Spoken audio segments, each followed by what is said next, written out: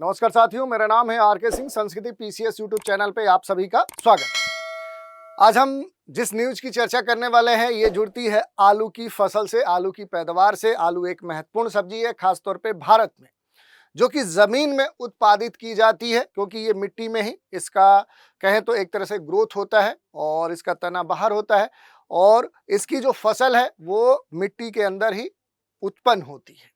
लेकिन अब कहा जा रहा है कि बिना मिट्टी और हवा में तैयार होंगे आलू के पौधे और इनकी जो उत्पादकता होगी मृदा में उत्पादित होने वाले जो आलू की पैदावार है उससे कई गुना अधिक होगी और संक्रमण भी कम से कम होगा और इस कारण से किसानों को अधिक से अधिक लाभ प्राप्त होगा। तो इसी न्यूज की चर्चा करने वाले हैं और इसमें खास तौर पे एक महत्वपूर्ण जो तकनीक है, जो एक पद्धति है जिसे एरोपोनिक्स कहा जा रहा है, उसकी हम चर्चा करेंगे कि आखिर ये जो तकनीक है जिसके द्वारा कहा जा रहा है कि अब मिट्टी में नहीं बल्कि एक तरह से हवा में एक इस जो एरोपोनिक्स तकनीक है इससे अब आलू की जो पैदावार है वो की जाएगी।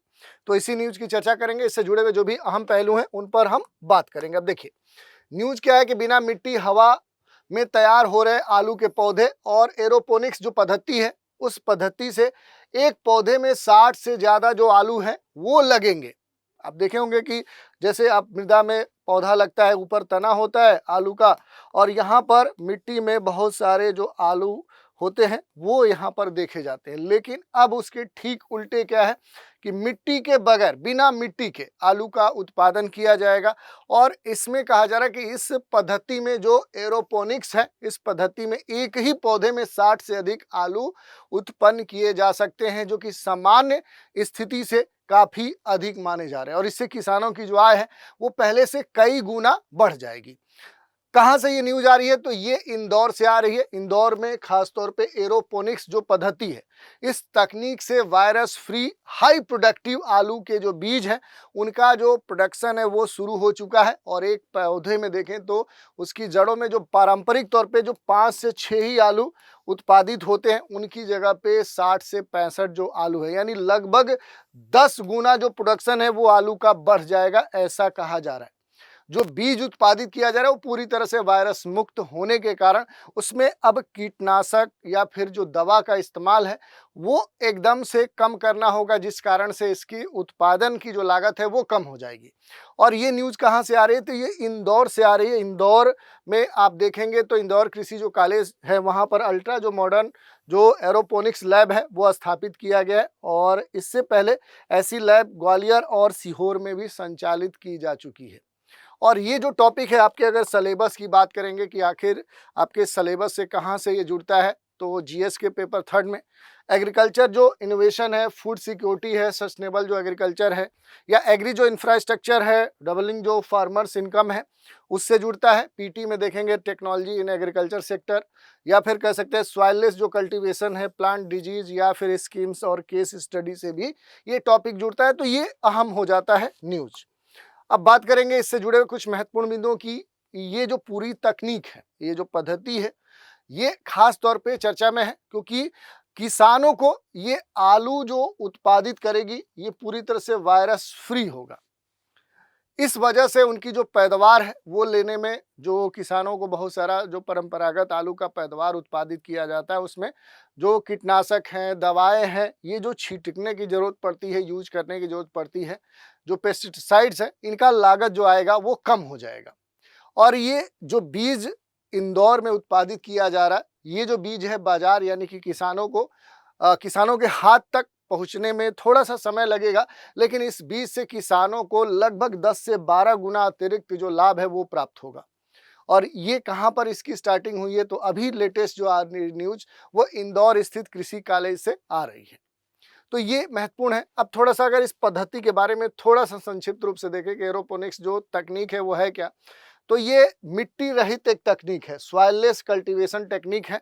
और ये जो टेक्निक है ये क्या है? ये हाइड्रोपोनिक्स जो एक पद्धति है उसी का और एडवांस वर्जन है, जिसमें देखेंगे तो पौधों की जो जड़ें हैं वो हवा में क्या होती हैं, वो हैंगिंग होती है, वो लटकती रहती हैं और जो भी पोषक तत्वों का एक मिक्सर होता है, जो घोल होता है, जो एक मिस्ट होता है धुंध की तरह, इनके जड़ों पर छिड़का जाता है और इससे क्या होता है कि पानी की एक तो बचत होती है, कंट्रोल्ड इन्वायरमेंट होता है, तो ग्रोथ इनका बड़ा ही तेजी से होता है।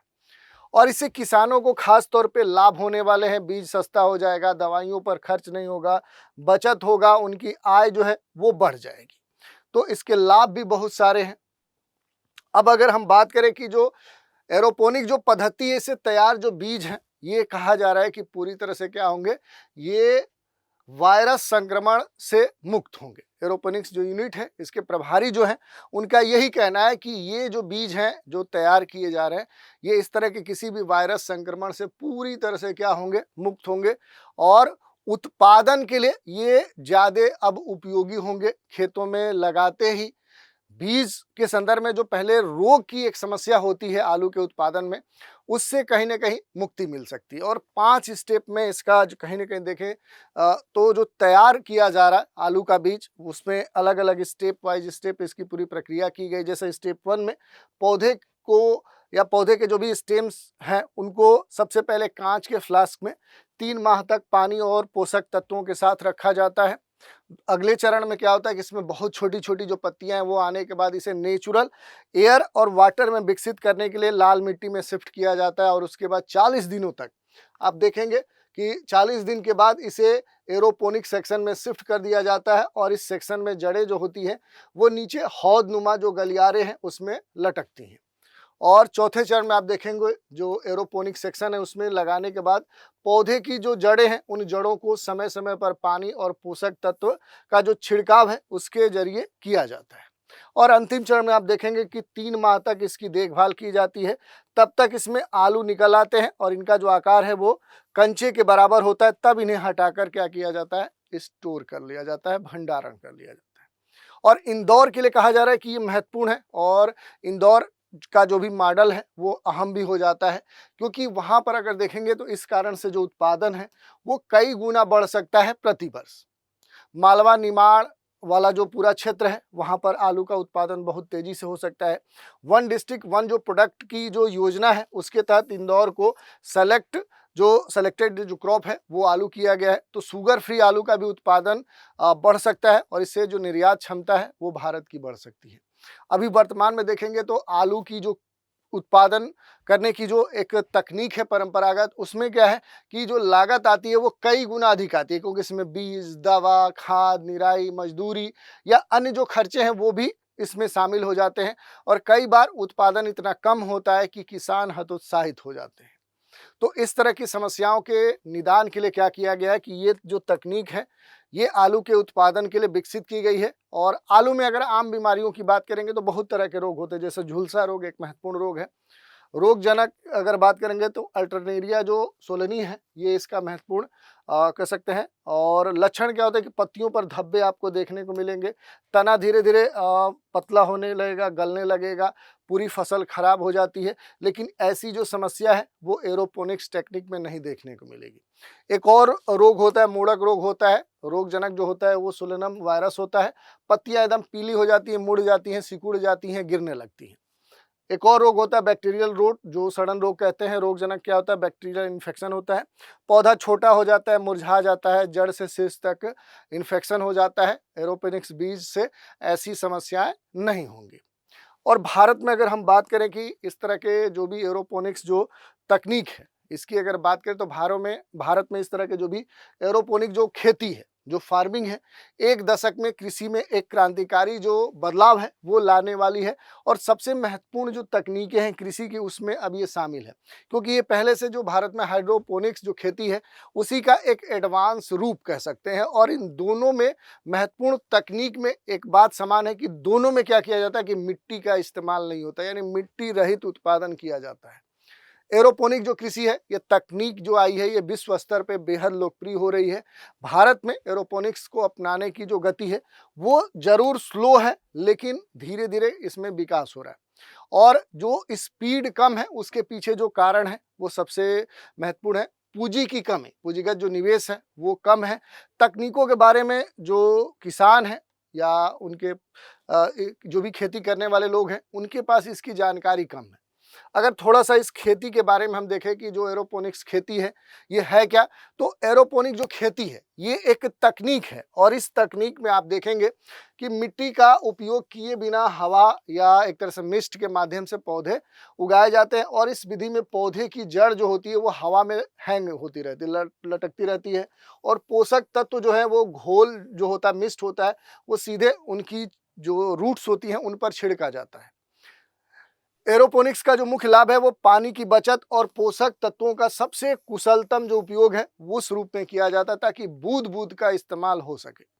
मिट्टी की जो भी अनुपस्थिति है उससे मिट्टी जनित जो रोग हैं, कीट जो नष्ट हैं वो हो जाते हैं और पारंपरिक खेती की विधियों में पैदावार को जो काफ़ी कम करने की स्थिति होती है वो इसमें देखने को नहीं मिलती है। और इसके अलावा चूंकि पौधे मिट्टी में पोषक तत्वों के लिए क्या होते हैं, प्रतिस्पर्धा नहीं करते हैं, इसीलिए उन्हें अधिक सघनता से बोया जा सकता है और प्रति वर्ग फुट की स्थिति में भी देखें तो आलू का उत्पादन कई गुना बढ़ जाता है।